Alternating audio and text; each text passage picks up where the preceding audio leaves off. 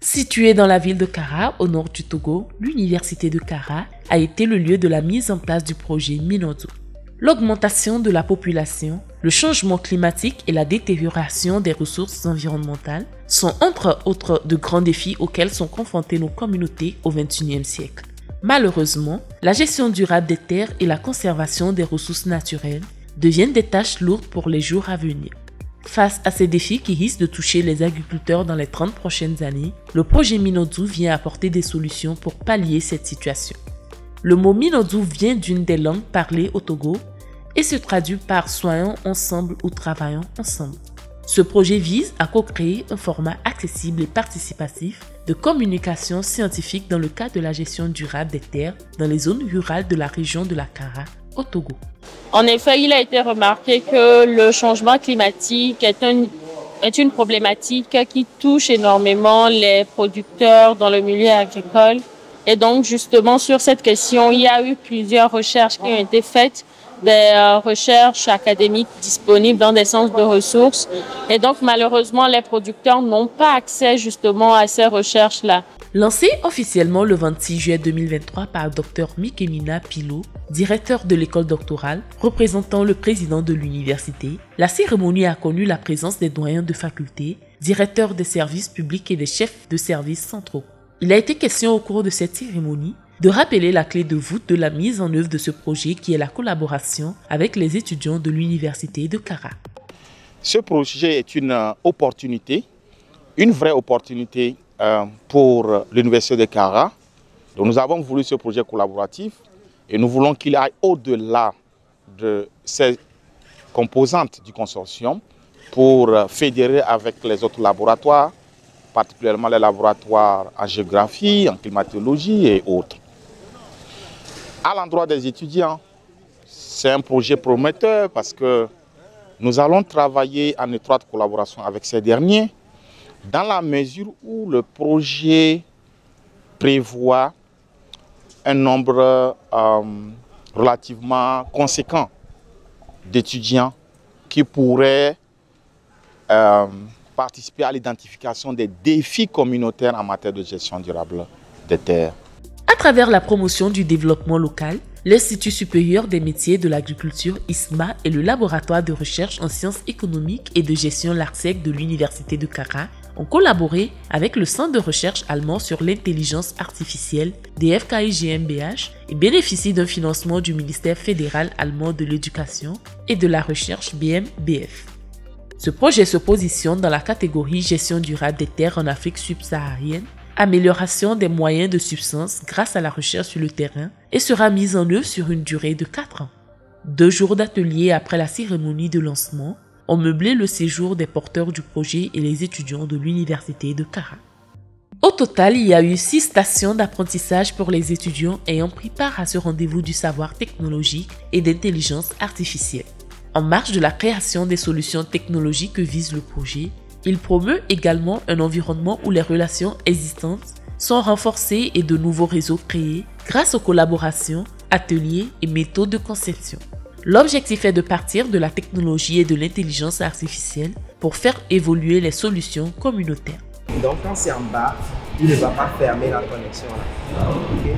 Mais quand on monte ça comme ça... La première station, qui est celle de la soudure, permet aux étudiants d'apprendre à faire de la soudure électronique d'une lumière LED dans une région du Togo au choix. L'objectif de cette station et de cet apprentissage est de valoriser les cultures de chaque région et susciter chez l'apprenant la curiosité et l'intérêt pour nos régions. La première station est la station de la soudure. Je n'ai jamais eu de notion dedans. Mais aujourd'hui, comme les gens le disent, si tu n'as jamais eu de notion, tu ne pourras pas. Moi aussi, j'ai soudé des choses. Et c'était tellement facile, genre dans la pratique. Je l'ai appliqué, ça m'a tellement plu. C'est fou de savoir tout ce qu'on peut faire juste avec des simples choses, des petits trucs. On peut en fait fabriquer beaucoup de choses et ça peut aider. Par exemple, dans le domaine de l'agriculture, on peut fabriquer beaucoup de choses qui peuvent vraiment aider les agriculteurs, les artisans, en fait, beaucoup de choses. La seconde station, quant à elle, explore les bases de la programmation et l'introduction à la magie du code. Cet atelier offre à l'apprenant l'opportunité de se plonger dans le monde passionnant des codes et de la programmation.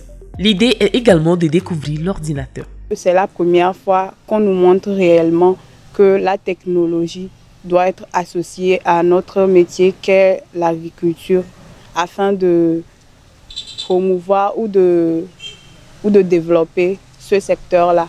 Donc nous avons appris comment est-ce qu'une programmation peut aider peut-être à se renseigner, à collecter des données et autres. C'est des notions de base qui nous ont été offertes. Et en termes de programmation, par exemple, j'étais sur la machine, j'ai eu à comprendre ce que c'est que la programmation, les algorithmes et tout ça, bien que ça ne soit pas de mon domaine. Et tout ça, je crois que ça rentre dans la cause qui est de lutter contre le changement climatique à travers l'innovation scientifique. Avec Frédéric Frobel, les apprenants ont fait des tests de mesure avec les détecteurs. Un kit météo DI et une connexion VLAN pour permettre une liaison entre le smartphone. Mesurer avec des détecteurs était l'exercice de la station 3. C'est une première fois de tenir quelque chose qui nous donne des informations concrètes sur ce qui nous entoure, à part le thermomètre qu'on utilise à l'hôpital ou bien ce qu'on a d'habitude. On n'a pas des équipements qui nous permettent de jauger avec la nature, de voir ce qui se passe concrètement quand on va au champ en tant qu'un homme en agronomie, de voir concrètement ce qui se passe. Donc actuellement, l'atelier là est en train de nous donner des appuis. Et peut-être dans le futur, on essaiera d'améliorer quelque chose de bon. Karine Allange et ses apprenants ont dans leur station appris à transformer les résultats de recherche en or. Le moment crucial de cette station est de revenir sur la quintessence du projet qui consiste à co-créer un échange plus efficace du savoir autour du changement climatique. Cette situation n'est pas qu'une simple description du projet, mais une immersion active afin d'apporter des éléments de solution pour remédier au fléau. On doit reconnaître que l'agriculture engendre en elle-même les changements climatiques détruisent l'environnement, car pour produire certains biens, il faut automatiquement détruire certains arbres. Donc l'agriculture doit s'adapter et aussi doit trouver d'autres outils pour pouvoir mieux produire.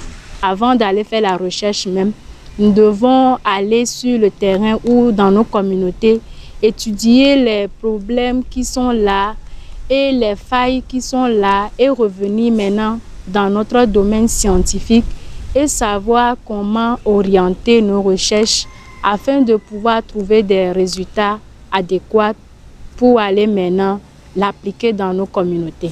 Discuter et débattre autour du sujet changement climatique et vous, tel a été l'exercice de Akwa Aoudja et son équipe d'apprenants.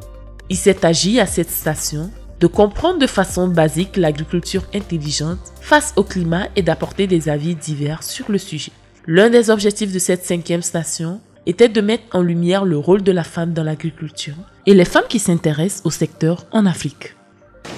Nous avons accueilli des dizaines et dizaines d'étudiants ici autour de cette station qui portent sur les différents moyens pour pouvoir transformer les différentes recherches disponibles en une mine d'or pour les producteurs des communautés.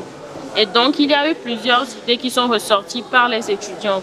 Car il faut noter que les étudiants sont en fait le pont pour nous pour pouvoir transmettre ou faciliter la transmission de ces connaissances académiques vers la communauté. Et donc, en ce sens, nous les avons mis dans une position active où c'est eux qui identifient les moyens pour pouvoir déterminer les différents besoins. Et donc, il y a eu plusieurs idées qui sont ressorties de ce qu'ils ont proposé. Par exemple, pour les étudiants, eux-mêmes, en tant que chercheurs pour certains, peuvent pouvoir travailler directement dans des fermes-écoles qui sont comme un champ sur lequel ils expérimentent un peu les différentes solutions qu'ils mettent dans leurs différentes recherches.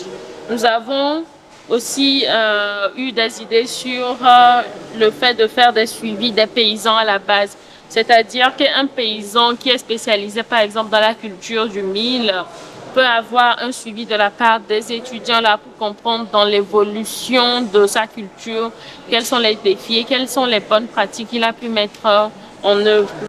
La dernière station de cet atelier porte sur comment se faire entendre pour les briefs et fiches techniques, animé par Dr Mikemina Pilo et Dr François Bokobana, a permis aux apprenants de se familiariser avec les outils standards de valorisation des résultats de la recherche envers la sphère politique. Les différents étudiants ayant pris part à ces 2 jours d'atelier ont été soumis à une séance pratique d'élaboration de politiques briefs et de fiches techniques. Les recherches sont faites dans un cadre conceptuel ou dans un langage approprié aux chercheurs, mais les politiciens ou bien celui qui mettra en pratique n'a pas ce langage, donc il faut transcrire ces mémoires ou bien ces articles dans des langages appropriés aux politiciens. Donc à travers le Policy Brief, nous sommes passés pour pouvoir passer des mémoires ou bien des articles scientifiques, des thèses, à des trucs un peu pratiques. Les différentes expériences réalisées par les apprenants et les formateurs serviront sous forme de communication adaptée aux communautés et une meilleure adaptation du savoir au profit des communautés. Nous faisons chaque année des recherches scientifiques, mais nous ne les pratiquons pas. Peut-être à cause du manque de technologie pour vulgariser tous ces outils-là ou toutes ces recherches. Donc le projet Minodou va apporter un plus à la divulgation de ces méthodes-là aux agriculteurs. La suite du projet va consister en la collecte des données, leur traitement, la proposition de solutions durables et le retour vers les communautés. Avec ce projet, il y a de quoi espérer une meilleure contribution des recherches universitaires au développement des collectivités locales.